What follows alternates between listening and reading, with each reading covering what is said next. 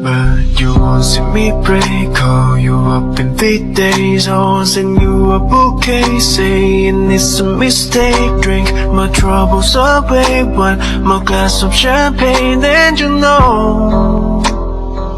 Hello everyone, it's me again, Christine Divina Gracia, and welcome back to my YouTube channel. Today's video ay ibabahagi ko po sa inyo ang update tungkol sa kung paano po kumuha ng Pag-ibig MID or Membership Identification Number. As of today, March 27, 2024 ay maaari pa rin po tayong kumuha ng Pag-ibig Membership Identification Number or MID number through online. Narito po ang step-by-step guide sa kung paano po ito gawin. First, i-click po natin ang Google Chrome o kahit anong browser na ginagamit po ninyo. Then, i-click po natin ang search bar at i-type ang pagibig.gov.ph. Then, i-click po natin ito. Then, mapupunta po tayo sa homepage po ng Pag-ibig Fund. So, dito ay may makikita po tayong data privacy statement. Dito ay i-click mo lang ang checkbox and then click proceed. Dito sa e-services ay pindutin mo lang ang virtual Pag-ibig for members. Pagkatapos ay may makikita po ulit tayong data privacy statement. So, i-click lang po natin ang checkbox at ang proceed. So, dito ay pindutin naman po natin ang be a member.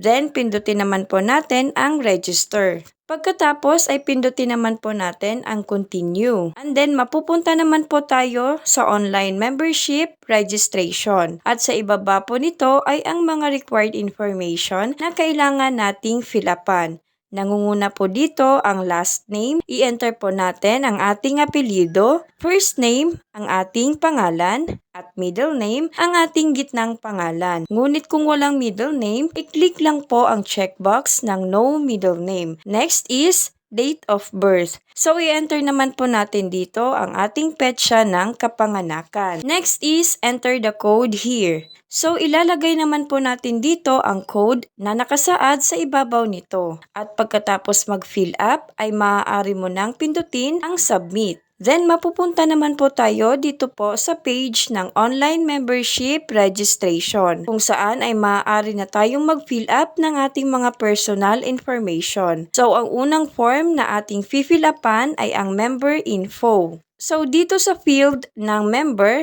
ay nakalagay na ang ating pangalan at mag-proceed po tayo sa sumunod na field. At ito po ay ang member's name. Kung ang ilalagay po natin dito sa field ng member's name ay same lang din dito po sa member, pindutin mo lang ang checkbox na may note na check if same as above. At siguraduhin po natin na ang pangalan na ilalagay po natin sa field ay siya rin po ang nakasaad sa ating birth certificate. Next is pangalan po ng ating father. So, ilalagay po natin dito ang kanyang last name o apelyido, first name, pangalan po ng ating father, name extension kung siya po ay junior, senior, first, second, third at iba pa. Then, middle name, gitnang pangalan po ng ating father. Ngunit kung wala po siyang middle name, pindutin lang po ang checkbox ng no middle name at automatic na nakalagay na po ang NMN or no middle name dito po sa field ng middle name. Next naman po ay ang field ng mother maiden name.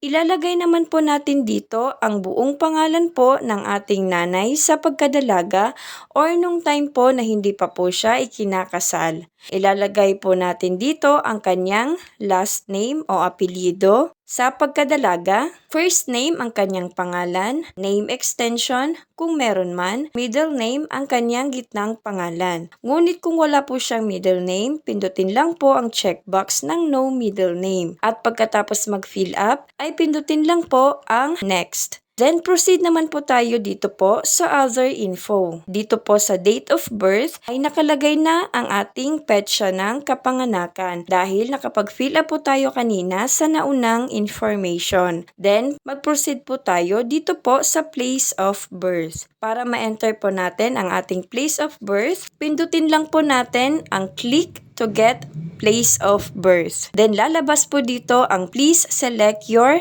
place of birth. I-click mo po ang checkbox na ito kung ikaw po ay pinanganak sa ibang bansa. Ngunit kung hindi naman ay mag-proceed ka lang sa select a region. At dito ay iselect mo lang kung saang region ka nakatira. Next is select a province. Then iselect mo lang po kung saang province ka nakatira. And then, select a city or municipality. Pagkatapos ay iselect mo lamang kung saang municipality ka nakatira. Pagkatapos ma-enter ang address ay maaari mo nang pindutin ang OK. Then mag-proceed ka naman po sa kasarian.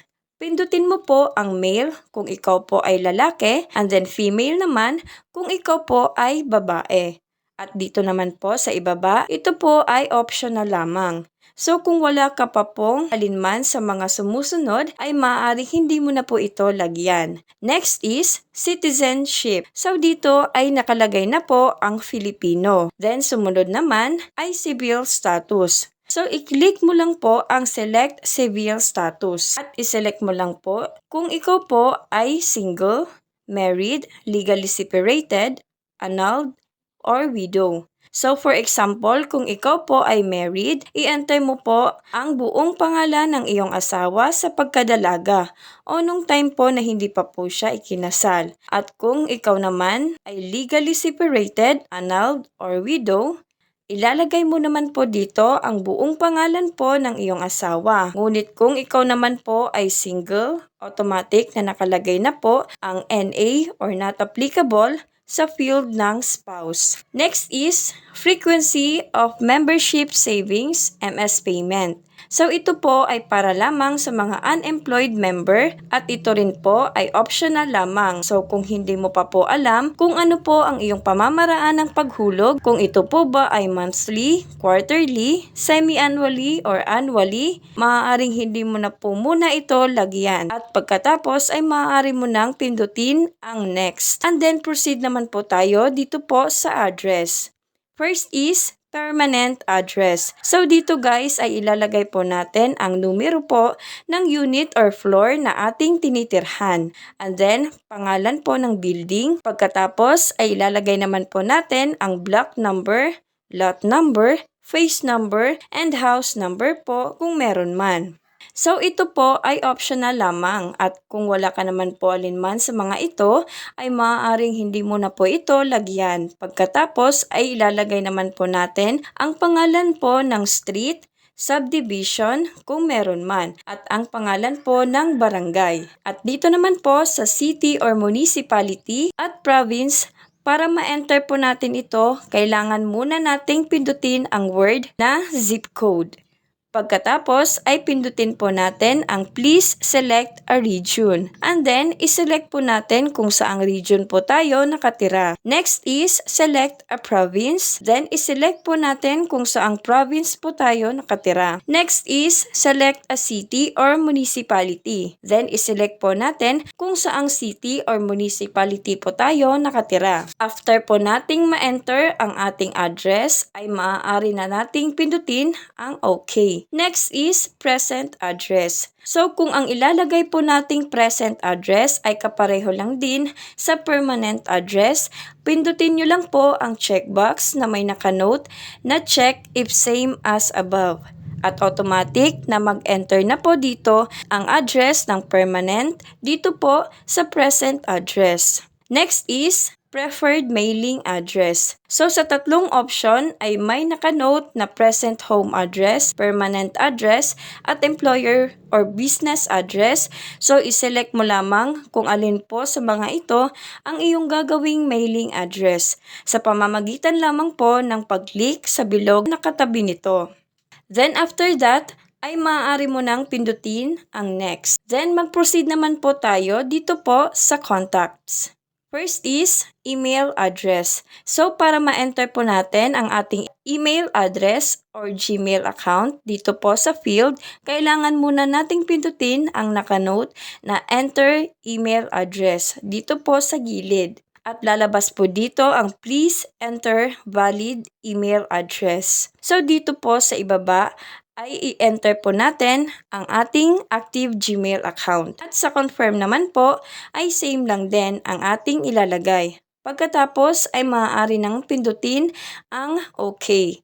Next is telephone number, cellphone number, direct line, and trunk line. So kung wala ka naman pong email address, telephone, direct line, and trunk line, at cellphone number lamang po ang meron kayo, ay maaaring yun lamang po ang iyong ilalagay.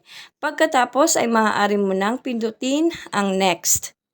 Then mag-proceed naman po tayo dito po sa heirs. So dito ay pindutin po natin ang add heirs. And then lalabas po dito ang please enter heirs information. At sa ibaba nito, ang required field na ating fill upan, which is nangunguna po dito ang field ng relationship.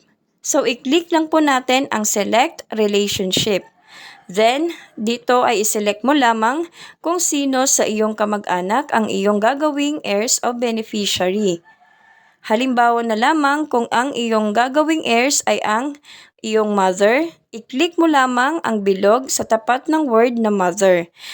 Dito naman po sa date of birth ay ilalagay mo naman ang petsa o date kung kailan pinanganak ang iyong mother. At dito naman po sa last name ay ilalagay mo naman ang kanyang apelyido, first name ang kanyang pangalan, and then name extension kung meron man. Halimbawa kung siya po ay junior, senior, first, second, etc. Middle name ang kanyang gitnang pangalan. Ngunit kung walang middle name, pindutin mo lang ang checkbox na may note na no middle name. Pagkatapos ma-fill upan ang field, ay pindutin lang ang save. At kung meron ka pang gustong idagdag na beneficiary or heirs, pindutin mo lang ang add heirs. Ngunit kung wala ka pang naisip na gagawin bilang beneficiary, ay maaaring hindi mo po muna ito lagyan at pindutin mo lang ang next. Next is member category.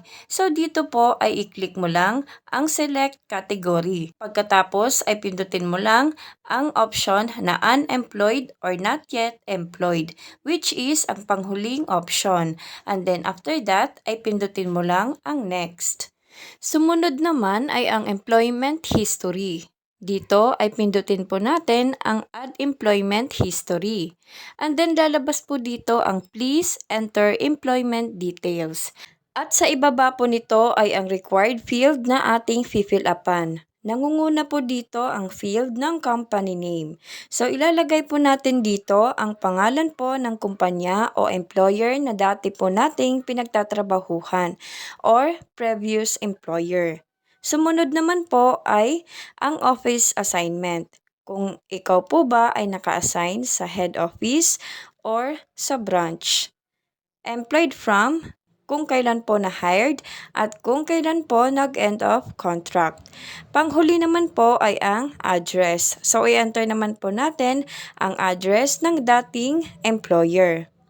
At kung ang iyong ilalagay ay ang iyong current employer o kasalukuyang pinapasukan, pindutin mo lamang po ang checkbox ng present. At pagkatapos mag-fill up, ay pindutin mo lamang ang save. Ngunit kung wala ka naman pong previous and present employer, maaaring hindi mo na po ito lagyan at pindutin mo lamang ang next. And then the last is summary. By clicking the submit button below, I certify that the information given above and all the statements made herein are true and correct. Once submitted, all your information shall be registered in the funds database and you can make changes on new information through our online change of information system.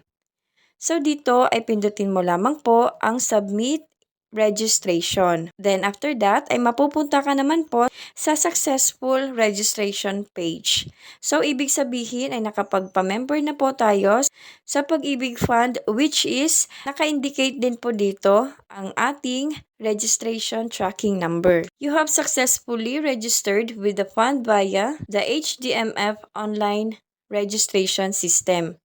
Your registration tracking number is So, ito na po ang ating RTN or Registration Tracking Number. Ang Registration Tracking Number ay maaari po nating gamitin bilang ating temporary pag-ibig number habang hindi pa po natin na-verify o nakukuha ang ating pag-ibig MID number. Siguraduhin po natin na i-take note po natin ang RTN or Registration Tracking Number dahil ito po ang ating pangunahing requirements kapag tayo po ay magbe-verify na po ng ating pag-ibig Membership Identification Number or MID number. At nakasaad din po dito na sa loob lamang ng 2 araw ay maaari na po nating ma-verify ang ating pag-ibig MID number after po nating mag-register sa pag-ibig. So ngayon ay maaari ka na pong mag-leave dito po sa page na to and then after 2 to 3 days ay pwede ka na pong mag-verify ng iyong pag-ibig MID number. So ngayon naman ay tuturuan ko po kayo kung paano po mag-verify ng pag-ibig MID number. First, i-click po natin ang Google Chrome. Then, i-search po natin ang pag-ibigfund.gov.ph. Dito ay may makikita po tayong data privacy statement. Pindutin lang po natin ang checkbox. Then, i-click po natin ang proceed. Then, i-click po natin ang virtual pag-ibig for members. After that, ay may makikita po ulit tayong data privacy statement. I-click lang po natin ang checkbox at ang proceed. So, dito ay pindutin po natin ang be a member. Pagkatapos ay pindutin po natin ang verify MID number. Pagkatapos ay mapupunta po tayo sa page ng pag-ibig membership ID number inquiry. Dito sa ibaba ay ang mga sumusunod na required information na kailangan po nating lakipan. Nangunguna po dito ang registration tracking number. I-enter po natin dito ang RTN or registration tracking number na binigay po sa atin ng Pag-ibig Fund nung tayo po ay nag-register pa lamang o nagpapamember pa lamang po sa Pag-ibig. Sumunod naman ay ang last name. I-enter po natin dito ang ating apelyido. At ang panghuli naman ay ang date of birth. I-enter naman po natin dito ang ating petsa ng kapanganakan. At pagkatapos mag-fill up, ay maaari na po nating pindutin ang submit. At pagkatapos ay mag-a-appear po dito ang your pag-ibig membership identification number. At sa ibaba po nito ay ang ating pag-ibig MID number. Which is finally ay na-receive na po natin ang ating pag-ibig number or membership identification number. So, remind ko lamang po kayo na kapag nakuha nyo na po ang iyong pag-ibig MID number and RTN number, please make sure po na inonote nyo po ito at huwag nyo po itong iwawala. So, that's all for today's video. Sana po ay meron po kayong natutunan sa pamamagitan lamang po ng video na ito. At kung bago ka pa lamang po sa channel ko, please don't forget to click the subscribe button at pakiclick na rin po ng notification bell upang maging updated po kayo sa aking mga future uploads. Maraming salamat po.